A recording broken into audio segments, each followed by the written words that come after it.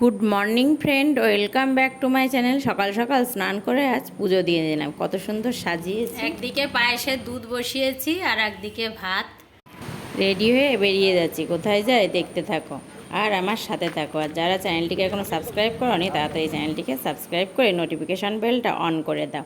ও আমার চ্যানেলে কিন্তু বড় ভিডিওটা দেয়া আছে, এই ছোটো ভিডিওটা দেখে সব কিছু বুঝতে পারবে না। বড় ভিডিওটা দেখার অনুরোধ রইল। চলে যাচ্ছি আমাদের বাড়ির সামনেরই রাস্তা ধরে। এবার যাচ্ছি গ্রাম্য পরিবেশের ভেতর দিয়ে। দেখো কত সুন্দর পাট ক্ষেত।